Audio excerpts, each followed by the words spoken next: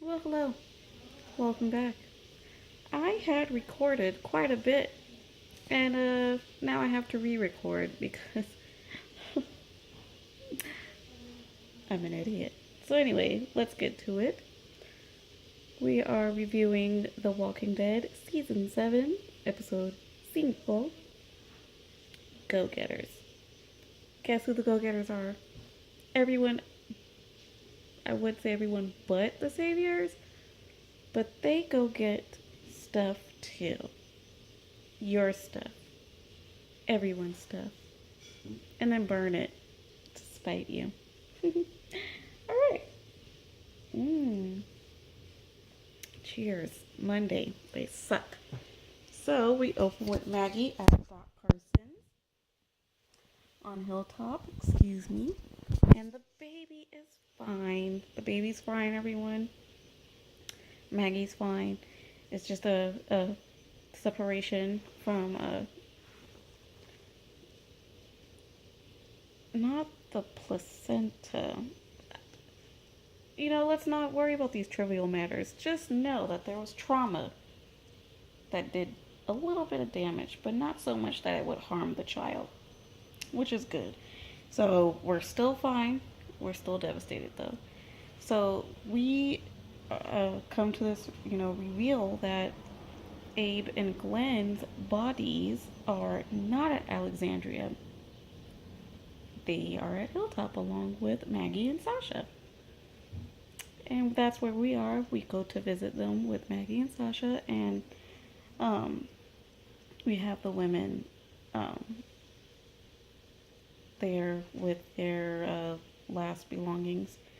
Glenn's watch that he got from Herschel, which has sentimental value, obviously. Love that pocket watch. And Abe didn't really have much. He did have some cigars, though. And that was very touching. Sorry if I'm being really unprofessional. But, that was very touching for me. And then we get Jesus, who I was waiting to see since the premiere. We hadn't seen him, but we have him. Yay!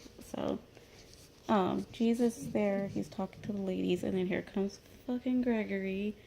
Like, he annoyed me this episode. I'm not even gonna lie. He was so annoying. I can't wait. I can't wait for him to die. He needs to go. He just needs to go away. Go away in the ground. Alright, so he's obviously scared.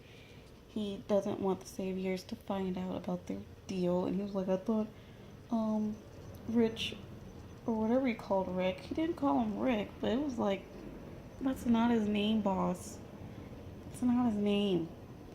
And he's just like, I thought you guys took care of all of them. Like, well, apparently we didn't, so fuck off. Okay? You didn't have to lose anyone. You lost maybe that one guy who stabbed you. And we got him. One guy. We lost more than one. So, fuck yourself, please. Kindly. And obviously he's scared, but he needs to die. And we then get Jesus being mad because Gregory's like trying to get rid of Sasha and Maggie. And Sasha's like, no, we need Maggie here. Dr. Carson said she needs to stay here. She's pregnant. And he's like, well, it's not my problem. It's her problem. I'm like, yeah, it will be your problem. It will be your problem. Smart ass. Alright, so we go to Alexandria and Rick is about to go out. He's about to depart. And he tells them the plan, and obviously that plan doesn't sound very appetizing to anyone. And then we get Rick and Michonne sharing a very tender moment.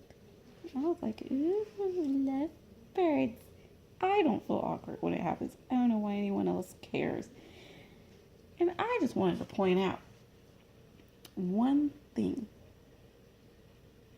In the comics, Michonne does not ever hook up with anyone who is different than her. She always hooks up with the black guys, always. And, maybe that's the way they wanted it. Ugh. for the comics. That's the way they wanted it. But it was just funny that someone else pointed it out too, and I was like, that's true. I remember when she hooked up with Tyrese. Someone killed themselves. Let's just say one of our favorite characters would not be where she is today in the show. She wouldn't be there. Anyway. But yeah, in the show now, we definitely see Michonne taking over comic book Andrea's role a lot more. So that's pretty cool, I guess. It's pretty cool. Alright, so then we go back to Carl tells Michonne Rick's plan won't work. And you can see Michonne's like, I know it won't work. We all know that. But let's give it a shot, okay? It's your dad. We have to give it a shot. He is the man in charge. Let's give it a try. Gotta try anyway. So we get Enid and Carl. And Enid is trying to escape out of Alexandria. And she's like, I gotta go see Maggie. And Carl's like, what? And, okay, but you might not make it, basically. And she's like, you're not gonna stop me. I'm leaving anyway. She dips out. So we're back at, Hilltop. Jesus and Sasha are talking, and Sasha tries to convince Jesus to take the lead over Gregory, or get Gregory to change his mind. And that's what they're talking about. And then Maggie says Gregory is a coward, and that makes him dangerous. That's true, because cowards will do anything to survive. That means sacrificing other people. So be it. And we see that in this episode, just how much of a coward Gregory is. Okay? It doesn't make him dangerous. It just makes him real stupid. To me, anyway. Enid comes across a walker, and, she just going on my way to Hilltop to go see me some Maggie. And then a walker comes. Here comes a car. Runs over the walker, who it happens to be Carl. Oh, I'm just out for my morning drive. I like to go for a drive. Okay, young man. Apparently you don't need a license. Don't even need a permit. In the universe of The Walking Dead, don't need anything. Who cares? Government is gone. So there's no DMV. I wish there's no DMV now. Oh well. Gotta deal with it. Do it legal. Alright, so and I just wanted to point out really quick. Sorry. Why is it nighttime on the hilltop in this next scene? But when we see Carl and Enid, it's morning. It's like daylight still. Like, what's going on with the timeline there? I don't want to get too deep, but I just want to know. Anyway, so it looks like, at Hilltop, it's an evening. It's dark. The gate is open. Someone's blasting classical music. It was wonderful classical music. It was very, like, I don't know, it was exciting type of classical music. Like you're about to go to war or something. Or there's like a, who cares? Anyway, I don't know why I'm getting into all that. Who cares? Another classical music blasting from this car. Fire burning.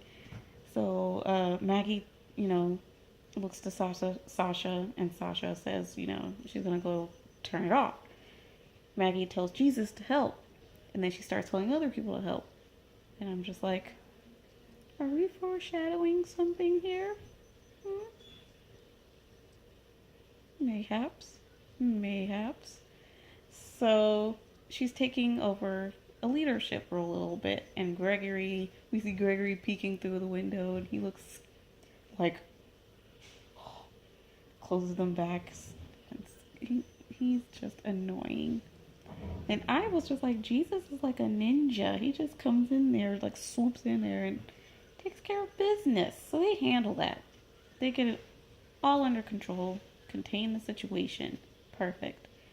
So we see Carl in the daylight with Enid, and they're walking, and Enid's just discussing how worried she is about Maggie, and that's very cute. I think that's very cute because I remember when Enid was really annoying, and now she's not so annoying. So, God, the driest throat ever today. So after that whole incident back at Hilltop, Jesus talks to Gregory, and Gregory's such an ass. He just won't let up on letting them stay. And he won't take the deal. He won't take it at all until, like, Sasha's just like, what can we do? What can we do? They try to make some sort of a bargain, like a little bartering system type of thing. Like, I will go out and look for things for Hilltop. I will work for you guys. Just let her stay. And then he's like, well, I don't know. Like, we need to meet on a one-on-one basis for something like that. And he's like, oh, you bastard. And he's like, oh, you trying to insinuate? Oh, never mind. Tell such and such to hold off on the rhubarb. You guys won't get it. Like, who the fuck even asked for some damn rhubarb anyway? We didn't ask for that shit because we're not leaving. And then, he's just trying to pull like a favor for a favor type of situation. And it's like, no. We're not doing favor for a favor in that way. Oops. Nope, that's not it either. What is going on here?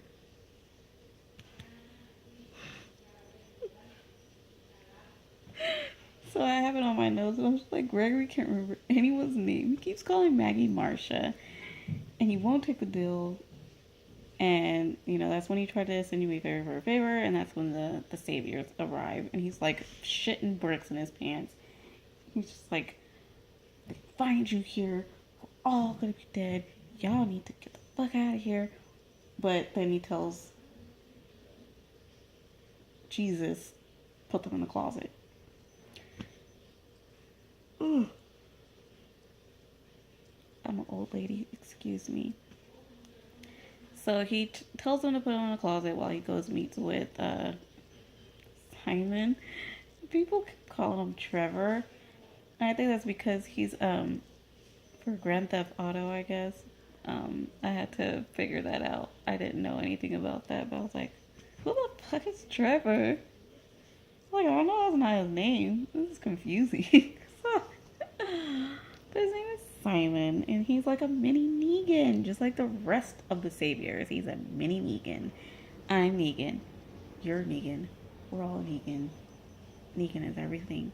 Negan is everyone. Negan is starting to remind me of Mr. Smith. There's so many me's. Yeah, from Matrix, if you get it. Anyway, so Carl and Enid are out and about, and Carl finds some skates for him and Enid, and it's like a really whimsical child fantasy, moment of just having fun and being carefree for a second. And I thought that was really cool, and it was cute. And they were just skating and stuff like real teenagers, man. I used to do a little skating, back in the 90s. I'm not gonna tell you my age. You're just gonna have to guess. Like rollerblading and stuff. It was fun. So that took it back for me. That was fun. Alright, so we get saviors coming and need to talk and staring at some painting. And I wish I knew what painting was, but it doesn't matter to me. Simon's very interested in this painting, and him and Gregory are talking over that painting, and he was just like, that was us, last night, exerting our power, you know, showing you how we manage you guys, and, the service that we could provide. And we could have handled it for you, but you guys cleaned it up by yourself. Good job. Good for you. I was like, this is some shit. And they told Gregory that Rick's group is dead and working for them. And he asked Gregory if there was anything else that he wanted to tell him. And Gregory's just sitting there looking like he's just about to fucking give Maggie and Sasha up. And I was like, he needs to go. If I haven't said it already, he needs to die immediately. Please. Please. So they go out into the closet in the fucking hallway, and Jesus is looking like,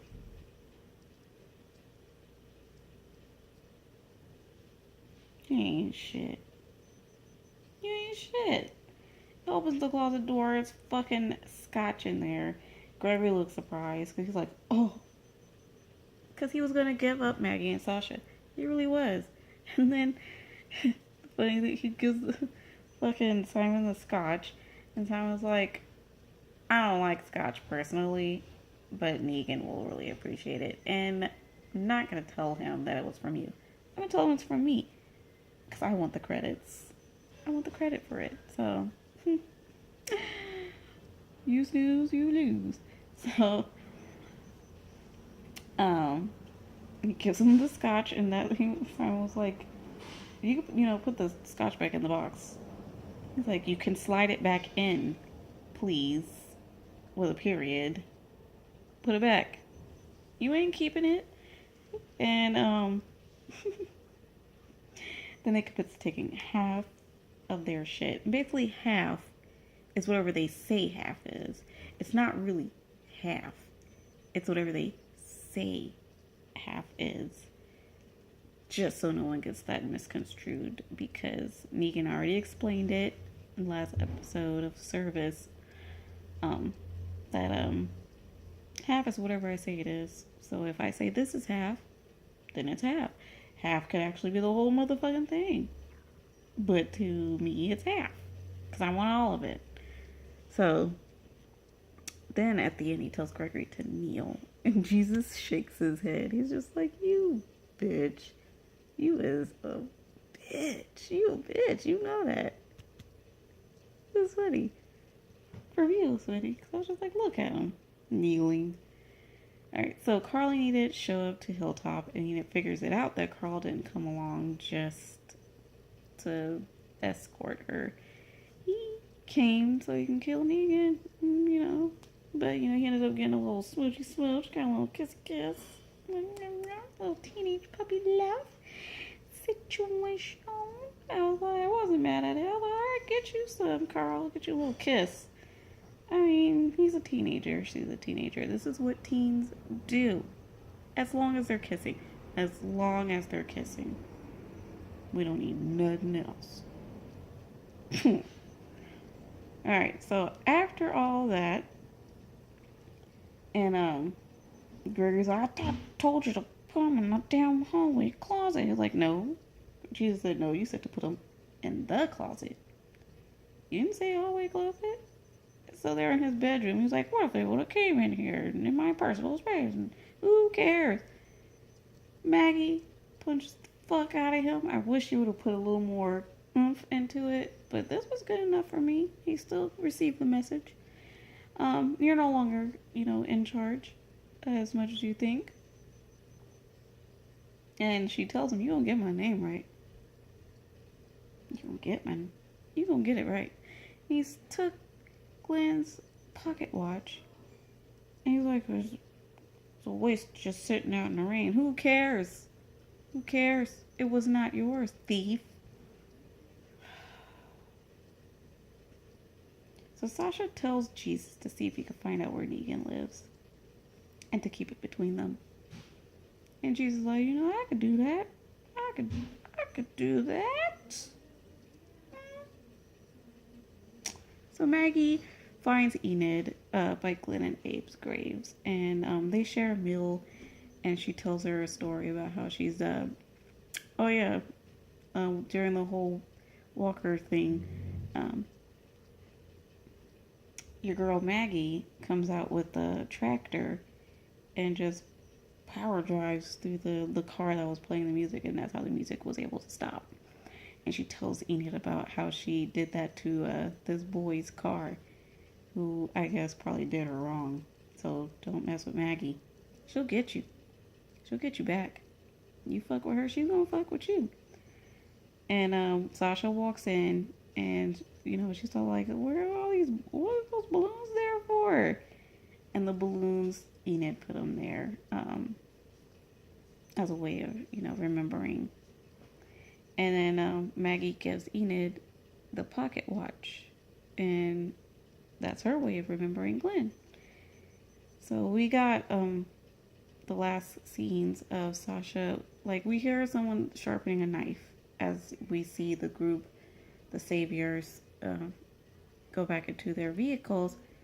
And I'm like, what the hell is that damn sound? It was getting on my nerves. And then I was like, it's a knife, but who's doing it? Sasha. And Jesus hops into the back of the last truck, and he drinks a little bit of the alcohol and then just pours the rest of it out. And that's when he sees Carl in the back of the damn truck. I'm like, God damn it, I knew. I'm so happy. I am genuinely happy that we get to see Carl going to, wherever the saviors are. The safe, whatever it's called. Fuck out of here. He's going there, and Jesus is going with him. And I'm just like, this is great. I was waiting for this. I just wanted to see if they would have Carl do that. And he's doing it. So it's very exciting. So we're going to get that. And I can't wait for the next episode. Looking forward to it. Let me know what you guys think. Leave any comments below. Like the video. Subscribe if you feel like it. I ain't going to force you. And to that, let's share a quick little toast. And adult beverage. Have a good night.